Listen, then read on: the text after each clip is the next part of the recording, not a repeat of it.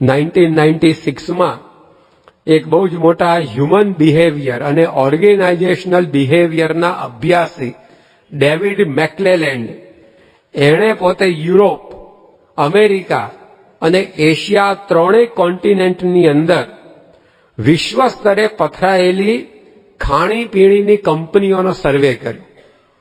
America, Europe અને એશિયામાં સમગ્ર વિશ્વની અંદર જેની બ્રાન્ચીસ હોય એવી ખાવા પીવાની કંપનીઓ, એનો સર્વે ડેવિડ મેકલેલેન્ડે કર્યો અને એની અંદર જે તારણ આવી એનું વર્ણન કરતા એણે પોતે લખ્યું છે. પણ હાર્વર્ડ બિઝનેસ સ્કૂલ પ્રેસના બુકની અંદર સંદર્ભ છપાયો છે what makes A લીડરમાં.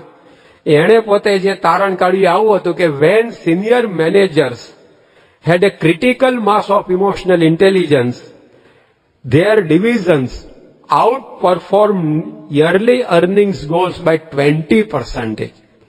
Emotional intelligence ધરાવનારા નેતા એમણે જે લક્ષ્ય સિદ્ધ કર્યું હોય નફાનું, એના કરતા 20% વધારે નફો રળતા હતા. અને meanwhile divisional leaders without that critical underperformed by almost the same amount. જે મેનેજરો પાસે બુદ્ધિ હતી, આઈક્યુ હતો, ટેકનિકલ સ્કિલ હતી, પણ ઇમોશનલ ઇન્ટેલિજન્સ નહોતી, તો એમના ધંધાની અંદર દર વર્ષે નક્કી કર્યું એના કરતા 20% ખોટ ખાતા હતા. અને આ ઇમોશનલ ઇન્ટેલિજન્સ વાળા 20% વધારે નફો રળતા હતા. તો આ એક સર્વસામાન્ય સૂર છે કે મનુષ્યોને સંભાળવા માટે જરૂર પડે છે એક આવી સંવેદનાત્મક ઇમોશનલ ઇન્ટેલિજન્સની. બુદ્ધિની અંદર અનુભવ મળે તો આખું જુદું પરિણામ આવે છે. બુદ્ધિ હોય પણ અનુભવ ના હોય તો ગોથું ખાવાની શક્યતા હોય છે.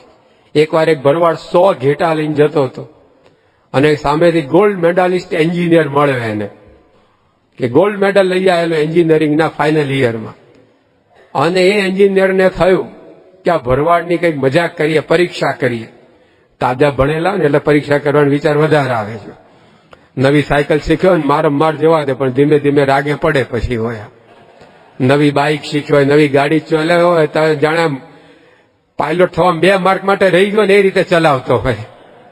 હવે ધીમે ધીમે ટાઢો પડતો જાય. એમાં તાજો ભણેલો ને પાછો ગોલ્ડ મેડલ લઈ દેલો. એટલે પેલા ભરવાડને પૂછ્યું કે લાય કે કેટલા ઘેટા લઈને જાય છે? કે 100. તો કે આ 100 ઘેટામાંથી તારા આગળના 5 નીચે ઉતરી જાય તો રોડ ઉપર કેટલા બચે? ભરવાડ કે એકેય ન બચે. કે એન્જિનિયર કે આવું હતું હશે, 100 માંથી આગલા 5 નીચે ઉતરી જાય તો પાછળ કેટલા રહે? ભરવાડ કે કીધું ને એકવાર એકેય ન બચે. કે એન્જિનિયર કે ભાન પડે છે કે નહીં તને? 100 માંથી 5 નીચે ઉતરી જાય, બાકીના 95 ઉપર ન રહે. તાર ભરવાડે કહ્યું કે સાહેબ તમે ગણિતને ઓળખો છો, હું ઘેટાને ઓળખું છું. કે આગલા 5 જાય ને તો પાછળ વાળા ઉતરી જ જાય, એ ડાયવર્ઝન ન લે. કે એમ કે તો બુદ્ધિ હતી પણ અનુભવ એન્જિનિયર પાસે હતો ને. કેવળ બુદ્ધિથી મેનેજમેન્ટ કરવા જાય અનુભવ વગર તો ખોટો પડે કે ના પડે? જો ઘેટાની પ્રકૃતિ બરાબર છે કે નહીં, પહેલું ઘેટું નીચે જાય ને તો બીજું ખાડામાં જ પડે. જોજો, એને કોઈ દિવસ વિચાર ના કે ચાલો હું રસ્તો બદલું. તો જો બુદ્ધિમાં અનુભવ ભળે એ અગત્યનું છે તો પરિણામ જુદું આવે. એકવાર એક શિક્ષકે વર્ગની અંદર બેઠેલા એક વિદ્યાર્થીને પ્રશ્ન પૂછ્યો કે તારા ઘેર કેટલા સભ્યો રહે છે? તો કે અમે ઘરની અંદર 5 સભ્યો છીએ. ત્યારે પછી ટીચરે કહ્યું કે તારા ઘેર બીજા 5 મહેમાન આવે તો કેટલા થાય? તો કે 10 જણ થાય. તો કે 10 જણ માટે તારા મમ્મી બટાટા પૌવા બનાવે તો તમે જમવા બેસો ત્યારે તારા ભાગમાં કેટલા બટાટા પૌવા આવે? તો પેલો છોકરો કે મારા ભાગમાં 20% આવે. કે શિક્ષક કે કેમ આમ બોલે છે? જમનારા 10 જણા છો અને બટાટા પૌવા 10 જણાને આપવાના હોય તો દરેકના ભાગે કેટલા આવે? તો તારા ભાગે એટલા જ આવે છે. કેટલા આવે? કે મારા ભાગે સાહેબ 20% આવે. પેલો સાહેબ કે કેમ આવું કહે છે? કે સાહેબ તમારી વાત બરાબર કે 10 જણ બેઠા હોય 10% આવે, પણ મારી મમ્મીને ખબર છે કે મને બટાટા પૌવા ભાવે છે એટલે એના ભાગને મને આપી દે. કે એટલે મારા ભાગે 20% આવે. કે તો શિક્ષક છે ને ગણિતની બુદ્ધિ પ્રમાણે ચાલતો જાય, એને અનુભવ નથી કે ઘરમાં શું વાતાવરણ છે. તો બુદ્ધિમાં અનુભવ ભળે એ જરૂરી છે. એનાથી પરિણામ જુદું આવે, સારું આવે. તો જેમ અનુભવ ભળે જરૂરી છે, તેમ આપણી બુદ્ધિમાં ઇમોશનલ ઇન્ટેલિજન્સ ભળે એ પણ જરૂરી છે. તો સારામાં સારું હ્યુમન મેનેજમેન્ટ થાય. કેવળ ડિગ્રીથી માણસો સંભાળી શકાતા નથી, પણ એની સાથે સાથે આપણી અંદર એવી ઇમોશનલ ઇન્ટેલિજન્સ જોઈએ. એકલા લોટથી પિંડો બંધાતો નથી, એમાં મોણ નાખવું પડે. કેવળ લોટને ઘસ્યા કરો તો કે પૂરી ને ભાખરીનો પિંડો બંધાય, પણ એ લોટમાં મોણ નાખવામાં આવે છે ત્યારે પિંડો બંધાય છે.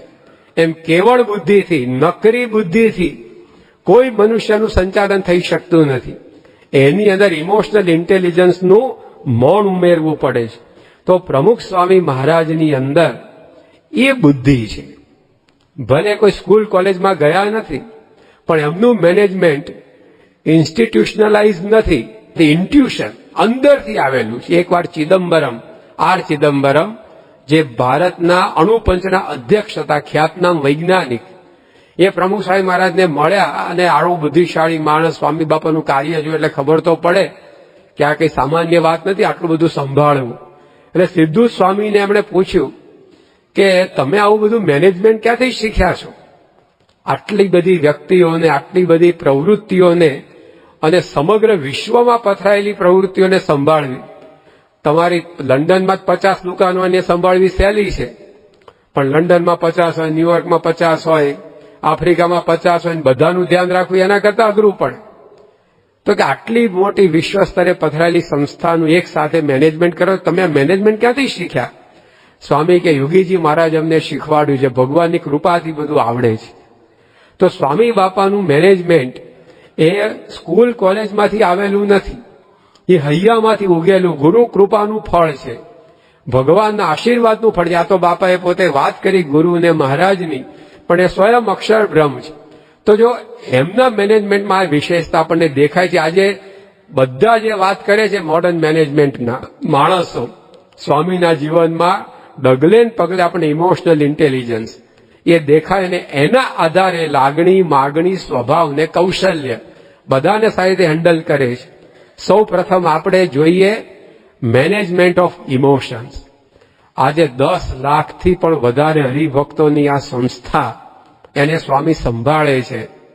કોઈ હરિભક્ત એમનાથી કુરાજી નહીં, કોઈ સંત એમનાથી કુરાજી નહીં. આ કેટલી મોટી સિદ્ધિ બાપાએ હાંસલ કરી કહેવાય. તો સ્વામી બાપાએ બધા જ હરિભક્તોનો પ્રેમ, આદર, વિશ્વાસ સંપાદિત કર્યો છે. પ્રાણ પાથરી દે એટલો આદર. આજે નાના મોટા ભાઈ તમામને આપણે ઘણીવાર જોઈએ છે કે બાપાને તલના હાર પહેરાવવામાં આવે છે, પેલા મગના હાર પહેરાવવામાં આવે છે. હવે તલનો હાર બનાવો એટલે એ કે ઓછું લીંબુ ચીકુ પરોવા જેવું સહેલું કામ છે. એક તલની અંદર સોય નાખવાની અને એને પરોવાની, ને પાછા આવા જાડા જાડા તલના હાર. હવે જે હાર બનાવે છે એ લોકોને તો પહેરાવવા આવવાનું જ નથી પાછું. જે મકાનમાં તમારે રહેવાનું એ મકાન બાંધો કોઈ દાડો તમે. તેમ છતાંય જો સ્વામી બાપા માટે આટલો પ્રેમ લોકોને છે, તો સ્વામીએ દરેકની લાગણીઓને ન્યાય આપ્યો છે, એને સમજ્યા છે. બીજા વ્યક્તિને સમજવી એટલે એની લાગણીને સમજવી. વુડ્રો વિલ્સન, જે અમેરિકાના પ્રેસિડેન્ટ થઈ ગયા, એમણે પોતે લખ્યું છે કે the whole problem of life is not to understand one another. જીવનની અંદર મોટા મોટો પ્રશ્ન શું છે કે એકબીજાને ન સમજવા. એકબીજાને સમજવામાં નથી આવતા એટલે પ્રોબ્લેમ ઊભા થાય, એનાથી જીવન નરક જેવું બની જાય છે. તો એ સમજવાનું, બીજાને સમજવાથી પ્રોબ્લેમનો અંત આવે છે, કાર્ય સારું થાય છે. પણ બીજાને સમજવું, એની શરૂઆત ક્યાંથી થાય છે? તો ધ 360 ડિગ્રી લીડર, આ નામનું એક પુસ્તક પ્રકાશિત થયું છે, જ્હોન મેક્સવેલે લખ્યું છે. એની અંદર એમણે રાલ્ફ નિકોલ્સ નામના એક મેનેજમેન્ટ નિષ્ણાતનો સંદર્ભ ટાંકતા એવી વાત લખી છે કે the most basic of all human needs is the need to understand and to be understood. The best way to understand people is to listen to them. કે દરેક વ્યક્તિને એવી ઈચ્છા રહે છે કે બીજો મને સમજે. દરેક વ્યક્તિને ઈચ્છા રહે છે કે સામેવાળી વ્યક્તિ મને સમજે. પણ એ સમજવાની શરૂઆત ક્યાંથી થાય છે? The best way to understand people is to listen to them. લાગણીને સમજવા માટે 3 પ્રકારની ઇમોશનલ ઇન્ટેલિજન્સ જોઈએ. એમાં પહેલી આ છે કે બીજાને એક તો સાંભળવા. બીજાને સાંભળવાથી એને આપણે યથાર્થ રીતે સમજી શકીએ. આપણે બીજાને સમજી શકતા નથી કારણ કે બીજાને આપણે લગભગ સાંભળતા જ નથી. મોટા ભાગનો આપણો વ્યવહાર એ થાય છે બોલવાને સાંભળવાથી, પણ એની ઉપર આપણું લક્ષ્ય જ નથી હોતું. 4 પ્રકારે આપણે આદાન પ્રદાન કરતા હોઈએ છીએ. એક લેખન દ્વારા, બીજું વાંચન દ્વારા, ત્રીજું કથન અને ચોથું શ્રવણ. એમાં માત્ર 6% આદાન પ્રદાન લેખન દ્વારા થાય છે. કોઈએ લખ્યું હોય ને આપણે વાંચીએ કે આપણે લખ્યું હોય એ કોઈ વાંચે, એ દ્વારા જે આપલે થાય છે વિચારોની માત્ર 6% હોય છે. ત્યારબાદ વાંચન દ્વારા જે આપલે થાય છે એ માત્ર 16% જ છે. અને બાકીની 78% આદાન પ્રદાન તો શ્રવણ અને કથન દ્વારા થાય છે. બોલવું અને સાંભળવું. તો એ સમયની અંદર સાંભળવું એ કેટલું અગત્યનું બની જાય. એટલા માટે લખ્યું કે the best way to understand people is to listen to ધેમ. કારણ કે 78% આપણો વ્યવહાર એ સાંભળવા અને બોલવાના આધારે ચાલે છે. તો એ જે સાંભળવું એક ઇમોશનલ ઇન્ટેલિજન્સ છે. એ સાંભળીએ તો બીજો સમજાય. એકવાર એક વ્યક્તિ ઠરડાતો લંગડાતો ચાલતો હતો. એટલે 2 હાડ વૈદ હતા. એક ઘૂંટણનો નિષ્ણાત હતો ને બીજો એડીનો નિષ્ણાત હતો. એ 2 જણાએ પેલા લંગડાતા જતા વ્યક્તિને જોયો, અને એમાં જે ઘૂંટણનો નિષ્ણાત માણસ હતો ને એણે પેલા એડીના નિષ્ણાત હાડ વૈદને કહ્યું કે આ માણસ છે ને એને ઘૂંટણમાં કંઈક તકલીફ થઈ લાગે છે, બાકી આમ લંગડાતો જાય નહીં. પેલો કે ના, એને એડીમાં તકલીફ હોવી જોઈએ. જે વ્યક્તિ પોતે જે કરતો ને એ જ સામે દેખાય. જોજો, we see the world as we are, not as it is. આપણે વિશ્વ જેવું છે એવું જોતા જ નથી. આપણે જેવા છે ને એવું જ આપણે એને જોઈએ છે. સંતો ઘણીવાર રમૂજમાં વાત કરે છે કે ધોધમાર વરસાદ વરસે તો દરેક પોતાના ધંધા પ્રમાણે વર્ણન કર્યો. ધોધમાર વરસાદનું વર્ણન દરજી કહે કેવું કરે? ટેભા તોડી નાખે એવો વરસાદ પડ્યો. કેવો? કાકા આખો દાડે ટેભા જ તોડતો હોય. પણ ખેડૂત વર્ણન કરે ધોધમાર વરસાદનું કે ઢેફા ભાંખી નાખે એવો વરસાદ પડ્યો, કારણ કે આખો દાડે ઢેફા ભાંગતો હોય. પણ સુથાર વર્ણન કરે કે છોતરા કાઢ નાખે એવો વરસાદ પડે, કારણ કે આખો દાડો છોતરા ઉડાડતો હોય. તો we see the world as we are, not as it is. તો પોતે જેવા ને પ્રમાણે બધું દેખાય આપણને. આપણું આકાશ એટલે આપણી બારી જેટલું જ આકાશ આપણને લાગે. તો પેલો ઘૂંટણ વાળો કે ઘૂંટણમાં તકલીફ છે, એડી વાળો કે ના આને એડીમાં તકલીફ છે, તો જ આવો લંગાતો ચાલે છે. 2 જણા ચર્ચામાં ચડ્યા, કઈ નિવેડો આવે ને કે ઉભા રહો. આપણે એની પાસે જઈને એને જ પૂછીએ કે એને ઘૂંટણમાં તકલીફ છે કે એડીમાં. એની પાસે જઈને પૂછે ભાઈ તમને શેમાં તકલીફ છે? ઘૂંટણમાં છે ને? પેલો કે તમને એડીમાં જ. પેલો કે મને 2 માંથી એકેયમાં નથી. કે આમ લંગડાતા કેમ હાલો છે? કે ચંપલ તૂટી ગયું છે. હવે સાંભળ્યા વગર જો ઈલાજ કરવા ગયા તો ખરેખર ઘૂંટણ કે એડી તોડી નાખે. બોલે એ લોકો. તો સાંભળવાથી બીજી વ્યક્તિને આપણે સમજી શકીએ છીએ. એટલે the best way to understand people is to listen to ધેમ. એને સમજવા માટે એને પહેલા સાંભળવો પડે. આપણે સાંભળતા નથી, કેવળ જોઈને એટલા બધા પૂર્વગ્રહ બાંધી લઈએ સામેવાળી વ્યક્તિ માટે. પછી એવું જ આપણું બિહેવિયર થાય અને એવું જ પછી આપણને પરિણામ મળે અને પછી પ્રોબ્લેમ થાય. એક બસની અંદર એક મુસાફર કાયમ ચડે એક સ્ટેશન ઉપરથી. 6 ફૂટ 8 ઇંચનો માણસ, કદાવર, આમ જનાવર જેવો લાગે. હવે બસની અંદર ચડ્યો અને સીધો જ એક સીટ ઉપર જઈને બેસી ગયો. કંડક્ટરે કહ્યું કે ટિકિટ, કે હું ક્યારે ટિકિટ લેતો નથી. આમ જે કીધું કંડક્ટર આવ બિચારો પાપડ તોડ પહેવલાન સોટી જેવો. એને થયું કાળું આંજોડે કે ટિકિટની રકઝક કરવા જેવી નથી, એક અડબોટ લગાવશે ને તો આપણે નોકરી જવું છે. આમાં તો 6 મહિના ખાટલો થઈ જાય. પછી બીજે દિવસે બસ એ સ્ટેશન ઉપર પેલો ચડ્યો પાછો, અને કંડક્ટરે ટિકિટનું કીધું કે હું ટિકિટ નથી લેતો કે, અને જઈને સીટ ઉપર બેસી ગયો પાછો. 4-5 દાડા આવું ચાલ્યું. એટલે કંડક્ટરને થયું કે આનું કંઈક કરવું પડે, કે આ દર વખતે આવું કરે પોસાય નહીં. હું ટિકિટ લેતો નથી ને બાપની બસ એમ બેસી જાય છે કે. પણ હવે આ મુકાબલો કરવો કેવી રીતે? કંડક્ટરે નક્કી કર્યું કે જિમ્નેશિયમમાં જઈને મસલ બનાવવું કે. અને એના જેવું શરીર મારું કરીને પછી એને પૂછ્યું કે ટિકિટ કેમ લેતો નથી, પછી જો કે હું ક્યારે ટિકિટ લેતો નથી તો પછી જો એને બતાવી દઉં કે તે 6 મહિના સુધી અખાડામાં જવાનું રાખ્યું. રોજ બોન પીટાના 2-4 પ્યાલા ઘટઘટાઈ જાય અને દંડ બેઠક પી લે, એવું આમ વ્યવસ્થિત શરીર કર્યું. અને પછી બસની અંદર સર્વિસ ઉપર ગયો દેડ કે આ દાડે જો પેલો ટડે અને જો કે હું ટિકિટ લેતો નથી એમ બોલે ને તો આજે બતાવી દેવું છે. અને પેલો માણસ સ્ટેશને બસ ઉભી રહીને ચડ્યો ખરો પાછો. અને કંડક્ટરે આમ કેફથી પૂછ્યું ટિકિટ, પેલા કે કીધું ને એકવાર હું ટિકિટ લેતો નથી કે. કંડક્ટર કે કેમ નથી લેતા કે લેવી પડશે, પેલા કે મારી જોડે પાસ છે કે. પેલા તો 6 મહિના મહેનત પાણી ગઈ કે અમારી. એટલે પેલો બોલે છે એને સમજતો ખરો તું પેલા. તો જો આપણું મોટા ભાગનું તંત્ર ઇમોશનલ ઇન્ટેલિજન્સ એટલે આ છે. પહેલા તો સાંભળો તમે માણસોને. તમારા દુકાનમાં જેટલા માણસો કામ કરે છે એને આપણે સાંભળીએ છીએ. આપણા ડ્રાઈવરને સાંભળવો પડે, દરવાનીને સાંભળવો પડે, મંડળના હરિભક્તને સાંભળવા પડે, ઘરના સભ્યોને સાંભળવા પડે પહેલા, તો એની સાથેનો તમારું મેનેજમેન્ટ સારું થાય. તો the best way to understand people is to listen to ધેમ. વ્યક્તિને સાંભળો. સ્વામી બાપાના જીવનમાં જો આ દેખાય છે. જિંદગીની અંદર સ્વામીશ્રીએ પોતે 2 પ્રકારના શ્રવણ, એક સ્થૂળ શ્રવણ અને બીજું સૂક્ષ્મ શ્રવણ. સ્થૂળ રીતે સાંભળવું અને સૂક્ષ્મ રીતે સાંભળવું. તો સ્વામીએ બાપાએ પોતે સ્થૂળ રીતે આપણે જોઈએ પહેલા તો કેટલા બધા લોકોને સાંભળ્યા. 1971માં બાપા ધર્મધુરા સંભાળી ગુરુપદે આવ્યા. 2011ની સાલ સુધી 40 વર્ષ સુધી તો સ્વામી બાપાએ નિયમિત આપણને મુલાકાતો આપી. સવાર સાંજ બપોર જ્યારે જઈએ ત્યારે આપણે એમને મળી શકતા હતા. અભિજ્ઞાન શાકુંતલમમાં કાલિદાસે લખ્યું છે કે અનિયંત્રણ અનુયોગો તપસ્વી જનો નામ.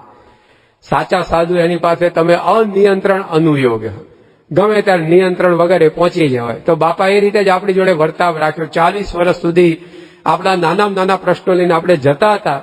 બપોરે, રાત્રે ને સવારે સ્વામી બાપા મુલાકાત આપતા હતા. એક વારાની અંદર આપણે સરેરાશ 150 વ્યક્તિઓ બાપાને મળતી હોય એમ ગણીએ તો દિવસની 450 વ્યક્તિઓને સ્વામી સાંભળતા હતા. એટલે અઠવાડિયાની 3150 વ્યક્તિઓ થઈ, મહિનાની 9450 વ્યક્તિઓ, વર્ષની 1,13,400 વ્યક્તિઓ. અને આવું 40 વર્ષનું તમે ગણો તો 45,36,000 વ્યક્તિઓને બાપાએ 40 વર્ષની અંદર સ્થૂળ રીતે સાંભળ્યા છે. આ સ્વામીના જીવનની અંદર આપણને એક સિદ્ધાંત દેખાય છે. એટલું નહીં, પાછા ફોન ઉપર સાંભળતા હતા ને બધાને બાપા. આપણે તો લંડનમાં, બાપા ઇન્ડિયામાં ક્યાં મળવા જાય, અહીંથી ફોન લગાડીએ બાપાને. તો સ્વામી એ બધી વ્યક્તિઓને સરેરાશ 15 વ્યક્તિના ફોન બાપા રોજ એટેન્ડ કરતા હોય આપણે રાખીએ તોય સ્વામીએ 40 વર્ષની અંદર 2,16,000 જેટલી વ્યક્તિઓને ફોન ઉપર સાંભળ્યા. તો જો આ મેનેજમેન્ટનો જે સિદ્ધાંત છે એમના જીવનમાં જો પૂર્ણપણે આપણને દેખાય છે ને એવું કોઈના જીવનની અંદર આપણને દર્શન થતું નથી. આજે કયા સીઈઓએ એના કર્મચારીઓને આડવી રીતે કાન આપ્યા હશે અને કેટલી શ્રદ્ધાની અંદર જોઈએ. આ સાંભળવું એટલે એમાં શ્રદ્ધા જોઈએ, ધીરજ જોઈએ. સામેવાળી વ્યક્તિઓની જે વાતો હોય એની અંદર ઘણી વાતો કાંઈ વજૂદે ના હોય. એકવાર સ્વામી બાપા દિલ્હીની અંદર હતા અને એક લગભગ 86 વર્ષની વૃદ્ધ વ્યક્તિ, એનો ફોન આવ્યો અને સ્વામી બાપાએ ફોન ઉપાડ્યો. પેલી એટલી બધી એક ધારી રજૂઆત કરે. સ્વામી આગળ બોલ્યા જ કહે કે મને દુઃખ ન પડે ને હવે ધામમાં લઈ જવાનું, મારે બીજું કઈ જોઈતું નથી. સ્વામી બાપાને વચ્ચે બોલવાનો ચાન્સ ન આપે, એટલું બધું એક સાથે નોન સ્ટોપ બોલે. એટલે ધર્મચરણ સ્વામીએ બાપાના હાથમાંથી ફોન લીધો અને પેલા હરિભક્તને કહેવા લાગ્યા ફોનમાં કે તમે જે વાત કરો છો બાપાએ સાંભળી લીધી છે, હવે બાપા તમને જે આશીર્વાદ આપે તમે શાંતિથી સાંભળો. અને એમ કહીને બાપાને ફોન આપે તરત પેલા રેકોર્ડ પાછી ચાલુ થઈ કે બાપા મને ધામમાં લઈ જાય, મારે દુઃખ ન પડે એવું કરો, મારે કઈ જોઈતું નથી. સ્વામીએ આટલી બધી એની વાતો નોન સ્ટોપ થોડીક ધીરજ શ્રદ્ધા રાખીને સાંભળીને વચ્ચે સહેજ ગેપ પડ્યો. બાપા કે આશીર્વાદ મારા સારું કરશે, લ્યો એમ કહીને ફોન આપ્યો ધર્મચરણ સ્વામી. તો જો આ રીતે સ્વામીશ્રી પોતે આપણને સાંભળતા રહ્યા. દરેક વ્યક્તિઓને એમણે પોતે સાંભળ્યા છે, પોતાની ઊંઘને ઠેલીને, પોતાનું ભોજન ઠેલીને. અરે મુંબઈની અંદર એકવાર 22 મે 1983 ના દિવસે બાપા બિરાજમાન હતા. સાંજે 3:45 વાગે બાપાને શૌચ વિધિ કરવા જવું હતું. એટલે સ્વામીશ્રી પોતે કટકો પહેરીને કાન ઉપર જનોઈ ચડાવીને શૌચ વિધિએ જવાની તૈયારીમાં હતા. ત્યાં એક હરિભક્ત આવ્યા કે બાપા મારે આપની સાથે એકાંતમાં વાત કરવી છે અને અર્જન્ટ છે. હવે આ શૌચ વિધિ કરવા જતા હતા એમાં પાછો પેલો કે અર્જન્ટ છે, તમે અત્યારે નત્તાર મારું સાંભળો, મારે 5 મિનિટ આપની આગળ વાત કરવી છે. સ્વામી કે વાંધો નહીં, બેસો. અને 5 મિનિટ એની 3:45 શરૂ થઈ તે સાંજે 7 વાગે પૂરી થઈ.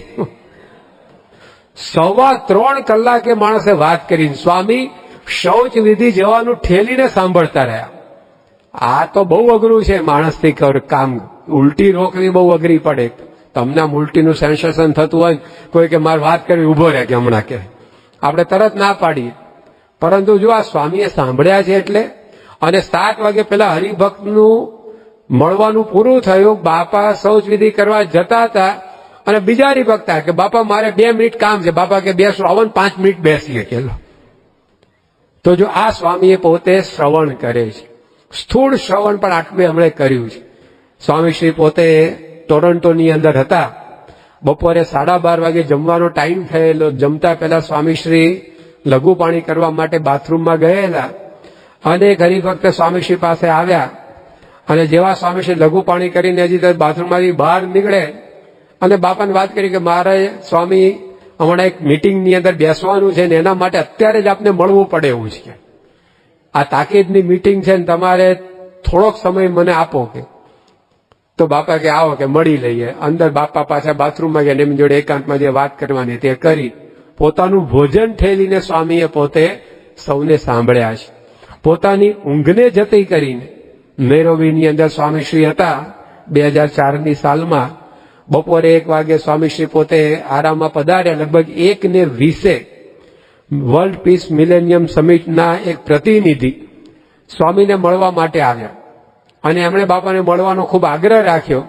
તો સ્વામી સૂઈ ગયા હતા. ઊંઘમાંથી જાગીને સ્વામી એમની વાત સાંભળી. તો આ સ્થૂળ શ્રવણ એનાથી શું થાય છે કે સામેવાળી વ્યક્તિને જ્યારે આપણે સાંભળીએ છીએ ત્યારે એ આપણી જોડે સમય ગાળવા માટે ઈચ્છે છે. એને આપણી જોડે બેસવાનું એક મન થાય છે કે ના આ તો મને સાંભળનાર છે ને. અને એકવાર આવું ઇમોશનલ બોન્ડેજ એ વ્યક્તિને આપણી સાથે થાય પછી આપણે જે કહીએ પ્રમાણે વર્તવા તૈયાર થાય. આજે પ્રમુખ સ્વામી મહારાજની હાકલે લાખો હરિભક્તો તત્પર થઈ જાય છે કે અમથા નથી થતા, પણ સ્વામીએ આવો ઇમોશનલ બોન્ડેજ ઊભું કર્યું છે કે જેનાથી હરિભક્તોને સ્વામીશ્રી પોતાના લાગે છે અને એનાથી સ્વામીના વચને આપણે બધા વર્તીએ છીએ. હ્યુમન મેનેજમેન્ટ સરળ થઈ જાય છે. તો આ એક સ્થૂળ શ્રવણ એ સ્વામીના જીવનમાં છે. પણ ખાલી સ્થૂળ શ્રવણ જ અગત્યનું નથી. સૂક્ષ્મ શ્રવણ જે બોલે છે એને કેવી રીતે સમજવું એ પણ એટલું જ જરૂરી છે. ઘણીવાર આપણે સાંભળીએ છીએ પણ આપણે એવું માનીએ છીએ કે ખાલી એ બોલે છે એને સાંભળવાનું, પણ એવું નથી હોતું. એ વ્યક્તિની ભાષા સમજવાની હોય છે. ઘણીવાર વ્યક્તિનું મૌન પણ સમજવાનું હોય છે. અંગ્રેજીમાં કહ્યું છે કે please hear what I am not telling. હું જે નથી કહેતો એ પણ તમે સાંભળો. એટલે ઘણીવાર મૌનને પણ સાંભળવાનું હોય છે. એ સૂક્ષ્મ શ્રવણ છે. ઘણીવાર વ્યક્તિની ક્રિયાને સાંભળવાની હોય છે. એ સૂક્ષ્મ શ્રવણ છે. આપણે બોલીએ છીએ પરંતુ 48% આપણા બોલવાના ટોનના આધારે આપણો મેસેજ પાસ થતો હોય છે. બોલવાનો ટોન આપણો કેવો છે એને સમજવો પડે. 45% આપણા હાવભાવના આધારે આપણો મેસેજ પાસ થતો હોય છે અને માત્ર 7% આપણે જે બોલીએ છીએ એ પ્રમાણે પાસ થતું હોય. તો આપણા હાવભાવ, આપણો બોલવાનો ટોન એ અગત્યના હોય સમજવાનું. તો એ સૂક્ષ્મ શ્રવણ છે. સ્વામીએ હરિભક્તોને સાંભળ્યા છે એટલે એની ભાષા સાંભળી છે. ભાષા ન સાંભળે જો ગોથું ખાઈ જવાય. અમેરિકાની અંદર ફોર્ડ કંપની છે કે ફોર્ડ કંપનીએ એક ગાડી બનાવેલી, એનું નામ આપ્યું હતું મસ્ટંગ. મસ્ટંગનો અર્થ થાય પવનવેગી ઘોડો. એ જ મોડેલની અંદર થોડા સુધારા વધારા કરીને એમણે એક નવું મોડેલ વિકસાવ્યું. એનું નામ આપ્યું નોવા. નોવા એટલે નવો તારો, નવો સિતારો. અને કંપનીને પૂર્ણપણે વિશ્વાસ હતો કે આ નવું સુધારા વધારાવાળું મોડેલ છે એ ઘણું બધું બજારમાં વેચાશે. પરંતુ મધ્ય અમેરિકા, દક્ષિણ અમેરિકાના વિસ્તારની અંદર એમની જે આ ગાડી એ બિલકુલ ઉપડી જ નહીં. એટલે કંપનીના કાર્યવાહકોને આશ્ચર્ય થયું કે પહેલા કરતા તો આ સારી ગાડી છે, આગળની ગાડીની ખપત થઈ હતી તો આની તો વધારે થવી જોઈએ, આવી ગડબડ કેમ થઈ? પણ પછી તપાસ કરતા ખબર પડી કે તે વખતે સેન્ટ્રલ અમેરિકા અને સાઉથ અમેરિકાની અંદર સ્પેનિશ લોકોની વસ્તી વધારે હતી અને સ્પેનિશ ભાષાની અંદર નોવાનો અર્થ થાય ચાલતી નથી. કંપનીએ નોવા નામ રાખ્યું હતું કે નવો તારો, પણ આ વિસ્તારની વસ્તીમાં એ ભાષાનો અર્થ થતો તો આ ચાલતી નથી. તો ક્યાંથી લોકો લે પછી એને? તો જો સૂક્ષ્મ શ્રવણ ભાષાને સમજવાની છે. શ્રીજી મહારાજ એકવાર બધા કાઠી દરબારો સાથે વિચરણમાં નીકળ્યા હતા અને પછી એક ગામની અંદર રોકાયા. પછી મહારાજે ત્યાં જમવાની પંગત પડી હતી, મહારાજને બીજે કંઈક કામ માટે જવું હશે તો મહારાજે બધા હરિભક્તોને કહ્યું કે તમે આ દરબારો આવ્યા છે એમને પીરસજો.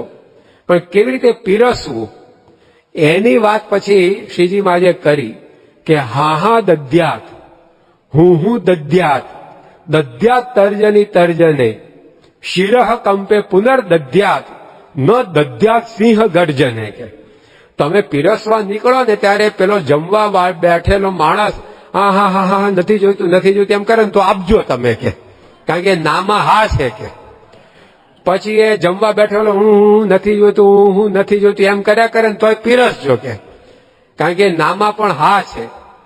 પછી દધ્યાત તર્જની તર્જને, તર્જની આંગળી એનાથી ના પડે કે ના ના ના રહેવા દો તોય આપવાનું, કે જમી જશે વાંધો નહીં આવે કારણ કે નામાં હા છે. કે પછી ડોકું હલાવીને ના પડે કે ના ના ના કે રહેવા દો.